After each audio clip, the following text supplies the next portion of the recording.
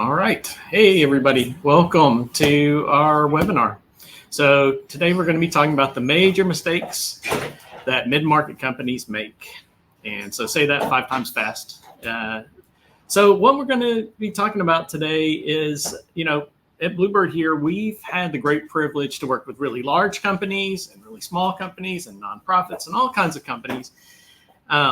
And when we talk about small to medium-sized businesses, we see a lot of the same mistakes being made over and over.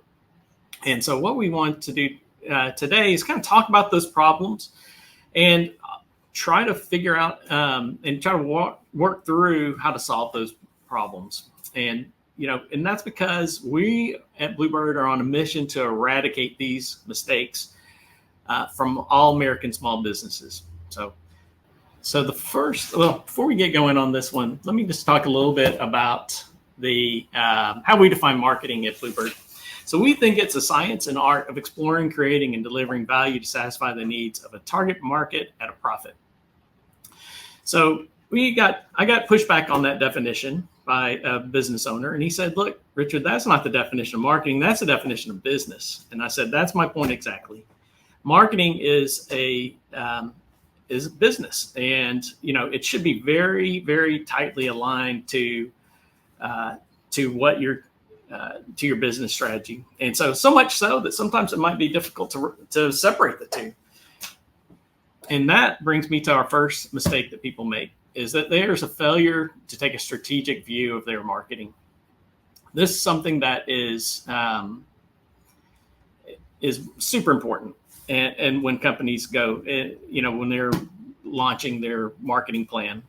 And I came across this stat the other day that over 50% of CMOs have different marketing priorities than their CEOs, according to a 2023 McKinsey survey. Now, I'd love to say that this shocked me, but it did capture my attention because I was a little surprised by that number, that it was that much, and that it's happening at larger companies as well as smaller companies. But we see it a lot with smaller companies. And the problem that you run into if you're in that situation is, imagine anybody, like, the CMO reports to the CEO, and if you have different priorities than your boss, what are the chances you're going to be successful? It's going to be very difficult to be successful because you don't know what good looks like. And what happens in those situations is that companies will really struggle, because if you don't know what your priorities are from your boss, then you're going to go make things up. Marketing people are very creative people, and they're going to do stuff. They're going to start doing activities. They're going to try their best to do it. But what this leads to is disparate tactics. And it is never going to lead to, sustained success for a company if that marketing strategy is not aligned to the business strategy. So how do you fix this? Well, you got to start with your business strategy to ensure that everything you do contributes to it from a marketing perspective.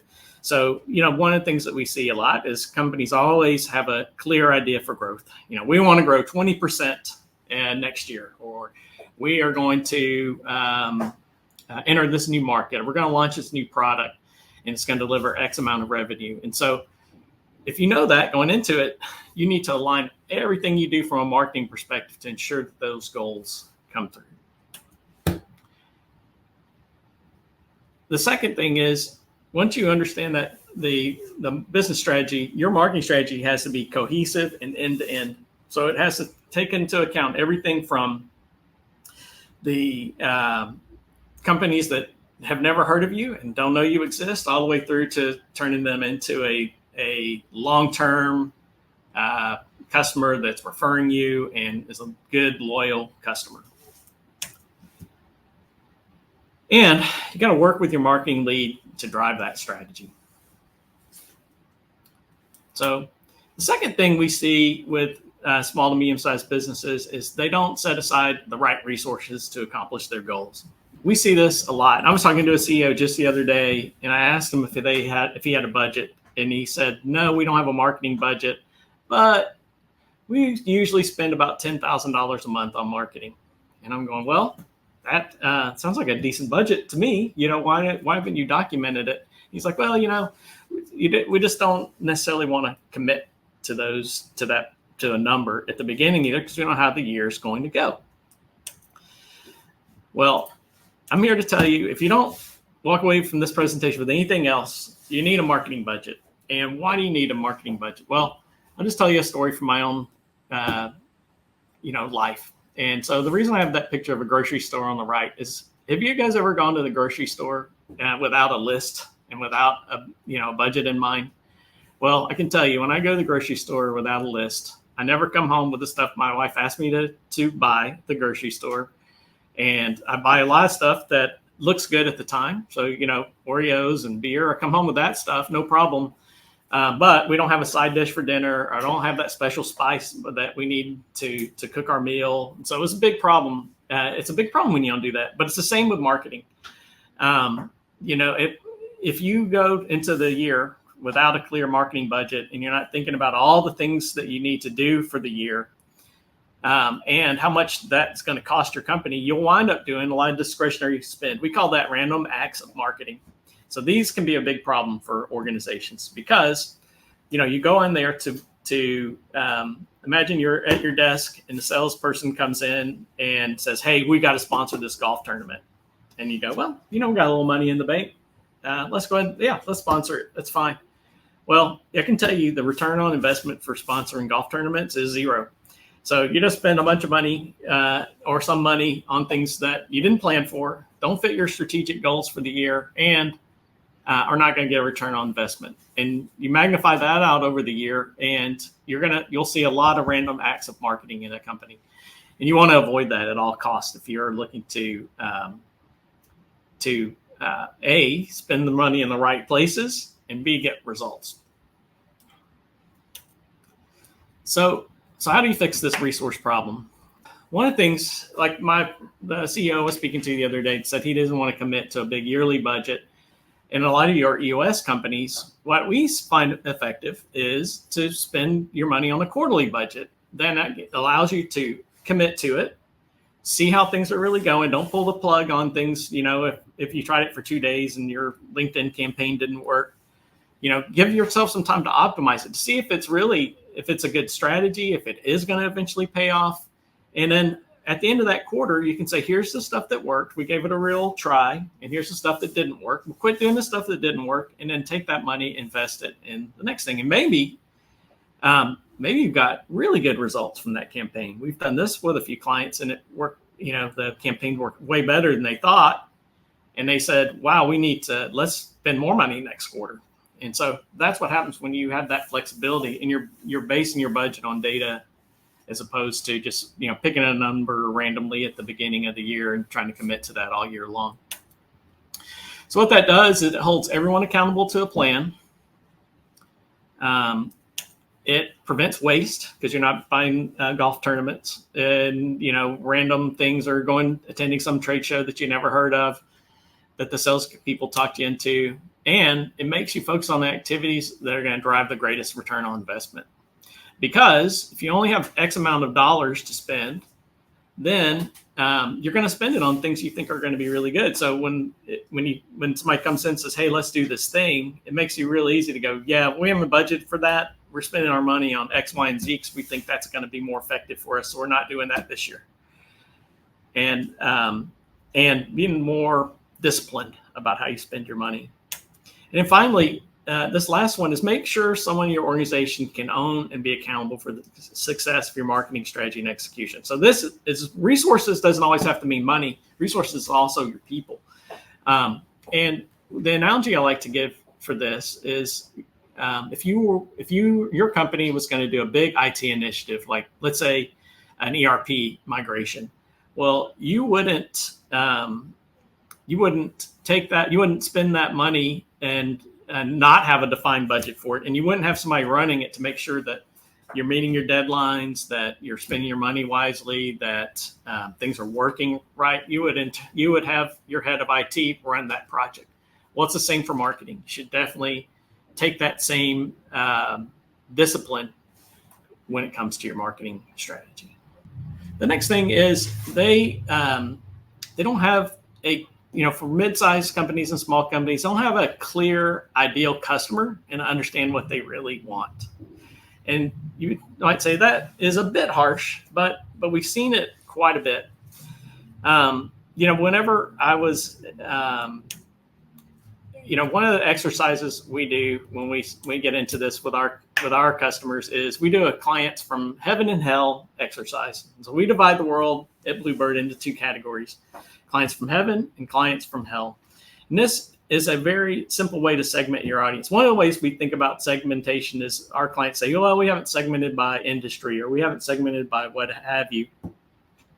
And so what you really want to do is this psychographic thing can really help. And so people say, well, give me, what about purgatory? Well, we don't get into that. We want it to be a really clear line. And so here is an example of a customer from hell. Let's say you're sitting at your desk and you're on your first cup of coffee, you're going through your email and your phone rings and you see it and you go, oh my God, it's Bob. Ugh, I don't have the emotional bandwidth to deal with Bob right now. Let me go have another cup of coffee, get through these emails, let him leave a voicemail, and I'll put my emotional armor on and I'll call Bob back when I'm ready. That is a definition of a customer from hell. And if you're the CEO of a company and you have that response, I can tell you that person is making your entire staff miserable if they're making you miserable. And then here's an example of a customer from heaven. Oh, hey, it's Bob. I know they had that sales that conference last week, and they're bringing on the new sales guy. I hope it went well. Hey, Bob, what's going on? Yeah. Hey, how'd your kids' soccer tournament go? Oh, that's good. That's the person you want to talk to. Well, that is a customer from heaven. You're excited to talk to them. Your team's excited about talking. Your team is energized about working with this client. And so what we do is we do that customers from heaven and hell exercise. We look at them and we say, look, we can see some groupings here. These customers from heaven fit these kind of industries. They're companies of a certain size. And once you start making those connections, you can say, look, let's exclude these people from our marketing campaigns. Let's don't spend money advertising to customers from hell, because they're just going to make our employees' lives miserable and our lives miserable. Let's send them to our competitors and have them make their lives miserable. And you'll find when you see that, like one of our clients did that, and they said, it's all companies that are small that are cause this problem. We've grown and our cost structure can't support these smaller customers anymore. So when we target their customers, we went up market with them. And we had another client that was the opposite. They hated working for really big companies because the payment terms were tough, and they really struggled to feel like they're making a difference with those teams. The customers were arrogant, and they said, let's don't market to those people anymore. Let's find our Goldilocks zone. And so that can be super helpful for you guys, especially when it comes to, we're talking about resources earlier. If you try to chase every client and you don't segment your market, you'll run out of money really fast. So target those customers from heaven and exclude the customers from hell whenever you can. The second thing that we find is that we say this to our clients all the time: people only buy pain relief. Okay, so that also maybe I'm a kind of a gross oversimplifier, but you see this play out in B2B for sure, and you also see it in B2C. So maybe in a B2C environment, the pain that you're solving for is that your target customer has a Porsche 911 shaped hole in their heart, and the only thing that's going to fill that is to buy that car. Well, that's a certain kind of pain too. So, you sell into that pain. And so that is something that you really need to do. But one of the things that we see with small to medium-sized businesses, they say, we know it. We know exactly what's keeping our customers up at night. They need more time and more money. Well, guess what? That's every company in the world. So you're going to have to dig a little deeper. You can't be lazy with that. You got to really think about it. And one of the techniques that we use at BlueByrd to help our clients is voice of customer research. And that can really get in there and get in the head of your customers. And some pushback we get with that a lot of times is people say, look, Richard, our salespeople have awesome intimacy with our customers. They talk to them all the time. They're taking them to lunch. They're on the golf course. We know. The pushback I would give to that is the better your relationship with your salespeople have with your customers, the worse the input is that you're getting back. Why is that? Well, because if you think about it, if your customer, if he's buddies with your salesperson, they're going to sugarcoat things when they give it to them because they don't want to ruin their friendship and lose their golf tickets and their lunch plan and all these things. So they're going to be nice. They're going to be gentle. They like that person. And then second, then once your salespeople give it that feedback back to the management team or the operations team or whoever, that is also usually gets another coat of varnish on it. So it smooths it down a little bit. But whenever we go and talk to customers from voice of customer research or any firm really, nobody's afraid to give me bad news. People tell me bad news all the time, and we'll give it to you straight whenever whenever we provide that feedback. And then also we'll dig deeper. We'll say, well, why do you say that? Or why do you like this competitor better than this customer? And so we'll play that devil's advocate and we'll dig deeper on those calls and we'll have a survey that you helped produce in order that's going to really connect with that audience and dig deep on some of the things that are really truly keeping them up at night. And I can tell you, we've done hundreds of these, and there's always aha moments. You don't want the feedback to come where you're totally shocked by the feedback that comes, like nothing is what you think, because then that shows it was a pretty bad survey and a bad research project. But there should be a lot of things that you're like, yeah, that checks. But boy, I didn't know that they felt that way. We need to talk to them. So look at that thing. The other thing that we see when people try to when they are defining their target audience, they haven't accounted for is large buying committees. When I first got my start as a young man doing business development, my boss told me, Richard, you got to talk to the decision makers. That's all there is to it. If you're not talking to the decision maker, you're wasting your time. Well, I can tell you today, there's no such thing as a decision maker. There are a bunch of people on a committee that are going to make that decision together. Even if you're talking to the CEO, they're gonna delegate their authority down in the organization so that those people can have their say in it. The CEO doesn't. They have experts. They hired experts for a reason, and they want them to be a part of that decision making and that buying process. Now, according to Forrester Research, the average customer, the average number of people in a buying committee is 10. And this was last year's survey that did it. And the scary thing is that number was 7 in 2022. So the number just keeps going up every year, where the amount of people that are involved in the buying process. So that presents a big problem for your sales team, because they need to convince a whole group of people to buy from them. I don't know about you, but I have a hard time convincing 10 people where we should all go to lunch. And that can be a lot of work for your sales team to account for all that. But not only that, but 80% of those people surveyed in there said their last purchase was difficult and painful. So it's not easy, not fun for anyone. But I'll tell you what happens in these situations. So you probably recognize this in your organization, where the salesperson goes out on a sales call and says, comes back, and the big question that everybody always asks when you come back from a sales call is, how'd it go? How'd it go? Oh man, it was great. They loved it. They loved the new offering. They love the company. They love our approach. They love me. They're going to definitely buy it. High fives, everybody. Yay. When are you going to close it? By the end of the month, for sure. Well, the end of the month comes by and deal doesn't close. Well, what happened on that deal? Well, I don't know. The client's kind of ghosting me, and I haven't heard back from them, and all these things. Well, that deal won't close. And I'll tell you what happened behind closed doors. There are 10 people in that buying committee, and your salesperson talked to one of them. Your salesperson wasn't lying to you. I bet that person really did like the presentation. They probably liked the offering. Heck, they probably liked the salesperson a lot. But what they did is they brought that deal to the rest of the committee and said, here's what I think we should do. And someone on that committee, it only takes one person, by the way, said, you know what, we got so much going on this quarter. Can we just look at that next quarter, or let's look at that next year, or what have you? And your deal just died. It's a big problem. And we see it all the time that sometimes your biggest competitor, or most of the time, actually, your biggest competitor is no decision.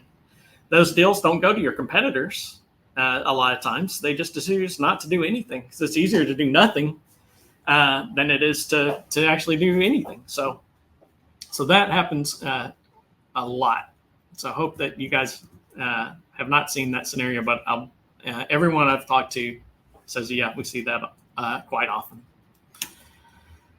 All right, so how do you fix this? Well, hire somebody to do your voice of customer research to see what customers really want and dig deep on that. And then take that knowledge that you get from that voice of customer research and then institutionalize it in your organization. Make changes. Change the way you talk about your offerings. Change the way you go to market. Change the way you provide service. Whatever that feedback is from that customer, go ahead and just address what your customers are telling you. Segment your target market. Really, don't spend your money trying to talk to customers from hell. Don't chase those guys. They're terrible. Just let them go to your competitors and make their life miserable. And then identify your buying committee. Think about, really do a deep dive on that and think about who all is going to say yes and who all is going to say no to the deals that you're working, say no to your offerings. All right. So this is another big one. A lot of our clients that we see in the small to medium sized category, they don't have a differentiated message. They haven't really spent a lot of time thinking about what makes them different. And I'm here to tell you right now that if you're not talking about what makes you different, you're just competing on price. And before you say that's harsh, what I'd like to just paint a scenario. This is the way we have bought in the past.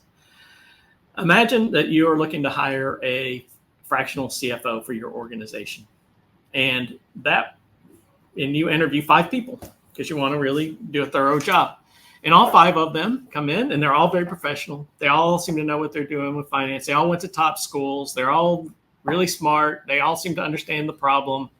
Which one are you going to go with? Well, you're going to go with the one that is the lowest price. If all things are equal, you'll go with the one that is that you think you'll just try them out. Say, look, this person can do it for 20% less than all the others. I think they're a good fit. Let's try it. And unless you have a competitive advantage in your operations of your company and you can be the low cost leader, you really don't want to be in that situation. So how do you fix this?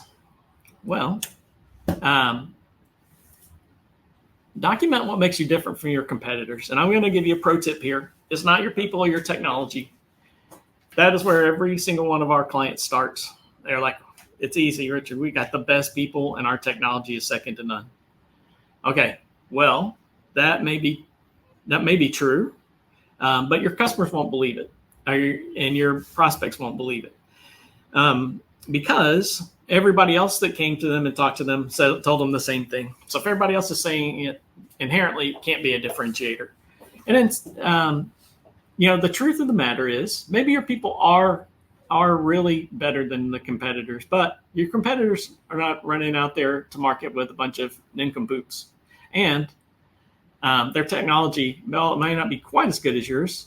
It's good enough, or else they wouldn't be in business. So this is where you have to really, really dig deep. And this is not something you can, ask ChatGPT about, because it'll give you some stuff, but the real answer has to be, one, authentic to your company. So really, you really have to own it. It really has to be something that is true.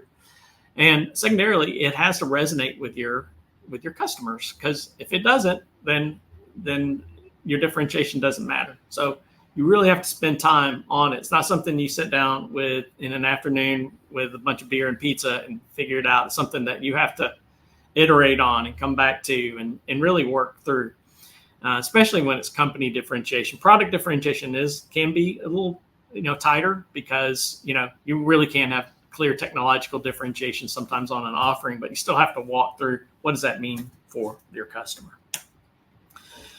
So once you understand your differentiation, make sure your salespeople lead with that and repeat it often. We've been on a lot of sales ride-alongs, and the salespeople don't talk about differentiation at all, or sometimes they do at the very end. I'm saying lead with it, because most of the time when your salespeople come into a room, they will, and we've seen this a lot, they pull up the slide deck and they go through and they show a picture of their warehouse. They show a map with a bunch of dots on the map saying, here's where all we're at. They will do all these things, and then finally, once the customer has been lulled into sleep mode, they will tell them about the differentiation. So you got to lead with it and tell it often.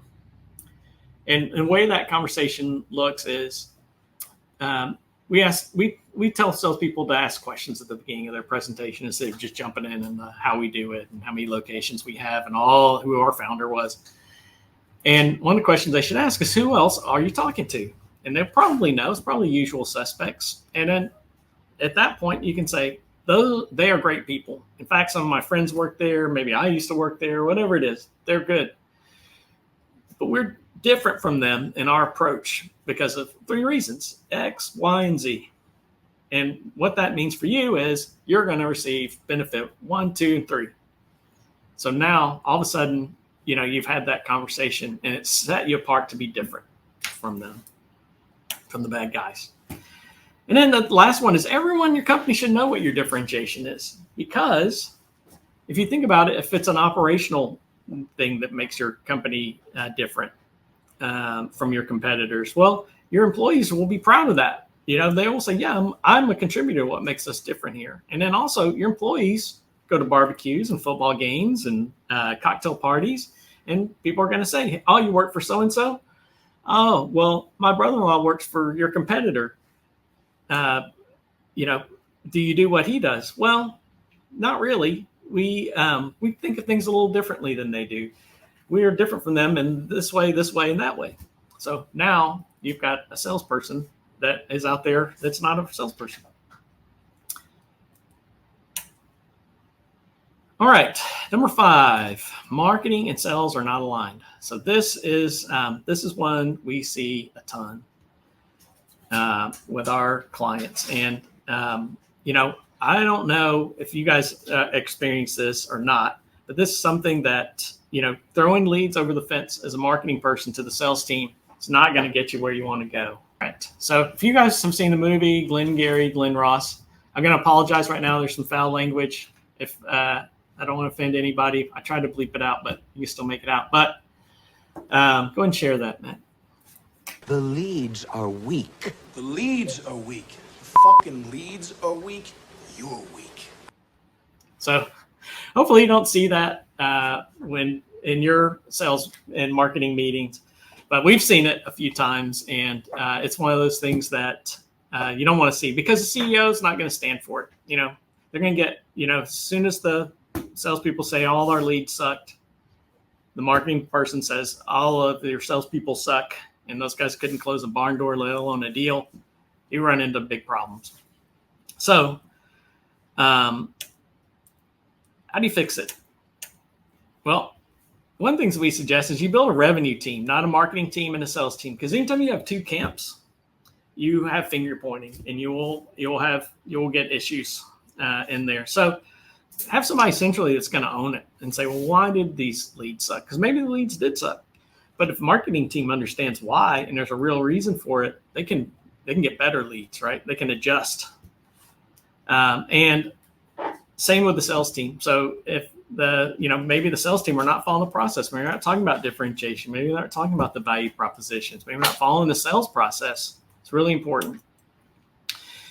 And then make sure the salespeople, marketing people are singing from the same hymnal. We see this so often where the marketing people will put all these value propositions on their website. They'll do a campaign. They'll do all these things. They don't notify the salespeople about it.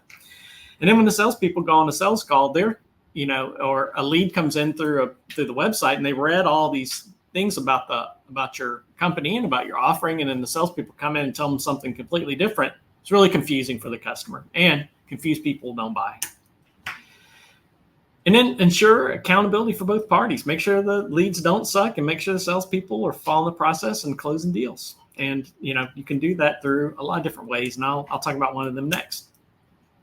And then this one's a big one. So marketing people should help during a long sales process. So as a person who's been a BD person and a marketing person, I can tell you it's very difficult to go on a sales and have a long sales cycle, like maybe a 12-month or 18-month sales cycle.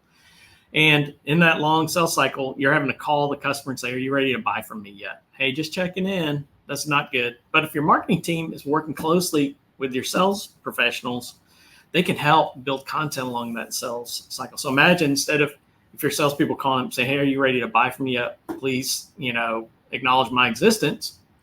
It's not a good look. Smells like commission breath. If they, instead of that, they said, hey, I was thinking about you the other day. We just published a case study that solves a very similar problem to the problem you told me that you had. Check out this latest case study. Or, we were talking about buying committees. Sometimes it's hard for your salespeople to get in touch with other people in that buying committee. But imagine if your salesperson said, hey, we're having a webinar that's coming up, and I would love for your procurement person to attend. Our CEO is talking about easy ways to buy this kind of offering. And I think your procurement people would really get a lot out of that. So now you're talking to other people. So you're adding that value, but you can't do it without marketing support.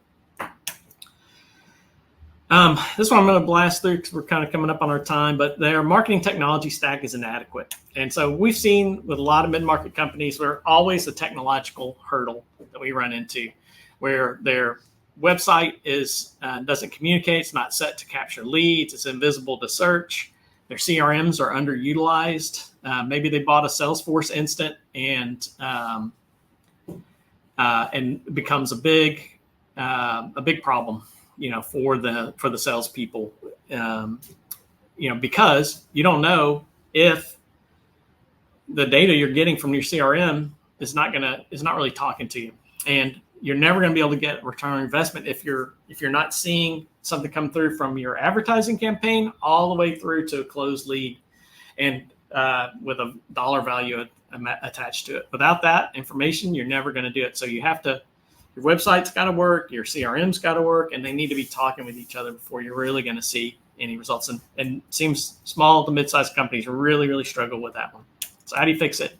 Your website does the job it should be doing. It should be your very best salesperson that never takes a day off, never gets sick, and never has to take their kid to soccer practice. If you need leads, make sure it can convert.